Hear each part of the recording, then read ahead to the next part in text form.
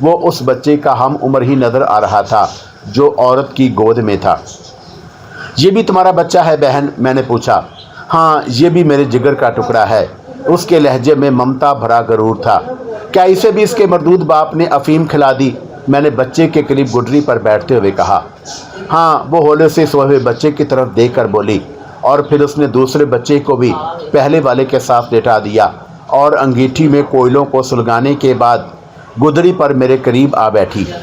میں بغور اس کے سامنے چہرے کو سوالیہ نظروں سے دیکھنے لگا، اور پھر اس نے جو بتانا شروع کیا اسے سن کر میرے رونگٹے کھڑے ہو گئے۔ کرم دادا عرف کرمو اس کا شوہر تھا۔ وہ بلا کا نکھٹو تھا۔ کام کرنے سے اس کی جان جاتی تھی۔ وہ موضع سکھ وال کے دوسرے گاؤں میں رہتے تھے۔ اس کی بیوی جو میرے سامنے بیٹھی تھی، اس کا نام سکینہ تھا۔ وہ بیچاری حویلی میں جھاڑ پونجھ کیا کرتی۔ کرمو کام کا نہ کاج کا، دشمن اناج کا، لمبی تانے گھر پڑ پڑا رہتا۔ جوے کی اسے لت تھی اور اب چرس بھی پینے لگا تھا۔ اپنی بیوی سکینہ سے مار مار کر پیسے چھین لیتا۔ نہ جانے کس ہندو جوگی سنیاسی نے اسے پٹی پڑھا دی تھی اور اسے چند روپوں کی خیرات بطور نذرانہ کے عوض اسے ایک کالے منتر کا جاپ بتا دیا۔ کرمو پہلے ہی نکھٹو تھا۔ مشقت کرنے سے اس کی جان جاتی تھی۔ خالی دماغ شیطان کا کارخانہ ہوتا ہے، اور ویسے بھی کوئی لمبا ہاتھ مارنا چاہتا تھا جس سے بیٹھے بٹھائے ڈھیروں دولت حاصل ہو۔ اس لیے وہ اس ہندو جوگی کی باتوں میں آ گیا۔ ان دنوں کرمو کے ہاں جڑواں بچوں کی ولادت ہوئی۔ ہندو جوگی کے کہنے کے مطابق کرمو کو اپنے جاپ کے آغاز سے پہلے کسی تاریک ویرانے میں آگ روشن کر کے اپنے ایک بچے کو ذبح کر کے اس کا خون بھڑکتے شعلوں میں ڈالنا تھا۔ سکینہ نے جو اپنے نکھٹو شوہر کا یہ حال دیکھا کہ وہ دولت کے نشے میں اندھا ہو کر اپنے بچے کو شیطانی عمل کی بھیڑ چڑھانے کا فیصلہ کر چکا ہے، تو اس نے سینہ پیٹ ڈالا۔ سکینہ بیچاری شوہر کے خطرناک ارادوں پر اس کی منت سماجت کرنے لگی، مگر کرمو کی آنکھوں پر تو لالچ کی پٹی بن چکی تھی۔ کرمو اسے ڈراتا دھمکاتا بھی تھا۔ اگر اس نے کسی سے اس بات کا ذکر بھی کیا یا آڑے آئی تو وہ اسے زندہ نہیں چھوڑے گا۔ پھر کرمو اپنے بیوی بچوں کے ساتھ یہاں ویرانے میں سرکنڈوں کی جھونپڑی بنا کر فروکش ہو گیا اور آخری چاند کی راتوں کا منتظر رہنے لگا۔ سکینہ غم سے پاگل ہو رہی تھی۔ آج رات جب کرمو اپنے ایک بچے کو شیطانی عمل کی خاطر اس تاریک خلا میں لے گیا اور آگ روشن کر کے جب چھرے سے اپنے بچے کا گلا کاٹنے لگا، تو عین وقت پر سکینہ کے اندر کی دلیر ممتا جاگ اٹھی اور اس نے اپنے شوہر کے ہاتھ سے چھرا جھپٹ کر اس کا ہی گلا کاٹ ڈالا اور اپنے بچے کو اس کے قبضے سے چھڑا کر واپس بھاگی۔ یہ تھی اس بیچاری علم نصیب کی داستان۔ یہاں بھی کالے منتروں کی کارستانی سن کر میرا دل و دماغ ان شیطانی عملیات سے شدید نفرت محسوس کرنے لگا۔ میرا جی چاہتا تھا کہ جو بھی مجھے ان چکروں میں پپڑا مبتلا نظر آئے اسے صفحہ ہستی سے ہی مٹا ڈالوں۔ یہ تو شکر تھا کہ میرا اپنا چھوٹا بھائی عمیر ان منتروں کے کالے راستوں پر چلنے سے تائب ہو گیا، ورنہ میں تو اسے بھی آڑے ہاتھوں نمٹنے کا فیصلہ کر چکا تھا۔ ساری داستان سننے کے بعد میں نے روتی سکتی سکینہ کو تسلی دی اور اس سے بولا، بہن تو نے واقعی بہت بہادری کا کام کیا۔ اب تو اپنا دل مضبوط کر، تجھے اپنے ان دونوں پھولوں جیسے بچوں کو پالنا ہے۔ چل میں تجھے تیرے گاؤں چھوڑاؤں۔ بھیا تیری بڑی مہربانی، تیری موجودگی سے میرے دل کو کافی ڈھارس بندی ہے۔ وہ میری طرف دیکھ کر ممنونیت بھرے لہجے میں بولی، پر بھیا اس وقت رات ہو رہی ہے، بس کوئی دم کو سویرا ہو جائے گا تو میں خود ہی چلی جاؤں گی اپنے گاؤں۔ میں اس کی بات سن کر چپ ہو رہا اور وہ چند ثانیے خاموش مگر سوچتی ہوئی نظروں سے میرے چہرے کو دیکھتی رہی۔ پھر پوچھا، بھیا تو کون ہے اور تو نے اپنے بارے میں کچھ نہیں بتایا؟ اتنی رات گئے تو اس ویرانے میں کیا کر رہا تھا؟ بھیا تو کون ہے؟ تو نے اپنے بارے میں کچھ نہیں بتایا۔ اتنی رات گئے تو اس ویرانے میں کیا کر رہا تھا؟ میں نے اس کے سوال پر قدرے چونک کر اس کی طرف دیکھا اور پھر پھیکی مسکراہٹ سے بولا، بہن بس یوں سمجھ میں بھی تیری طرح ایک کالے منتر کا مارا ہوا ہوں۔ کیا؟ وہ جیسے سگی بہنوں کی طرح متفکر ہو کر بولی۔ بھیا کیا اپنی بہن سے حقیقت بیان نہیں کرے گا؟ کیا خبر میں اپنے بھائی کے کام ہی آ جاؤں؟ اس کے لہجے میں بہنوں جیسی محبت کو محسوس کر کے بے اختیار میرا جی چاہا کہ اسے حقیقت بتا ڈالوں۔ مسئلہ بیان کرنے پر کوئی نہ کوئی تجویز اپنے نہیں تو دوسرے کے ذہن میں آ جاتی ہے، لہٰذا یہ سوچ کر میں نے اسے اپنے بارے میں سب کچھ سچ سچ بتا دیا۔ جس طرح میں اس کی پر اسرار کتھا سن کر ششدر رہ گیا تھا، اسی طرح اس نے بھی میری لرزہ خیز بپتا سن کر اپنی انگلی دانتوں تلے دبا لی۔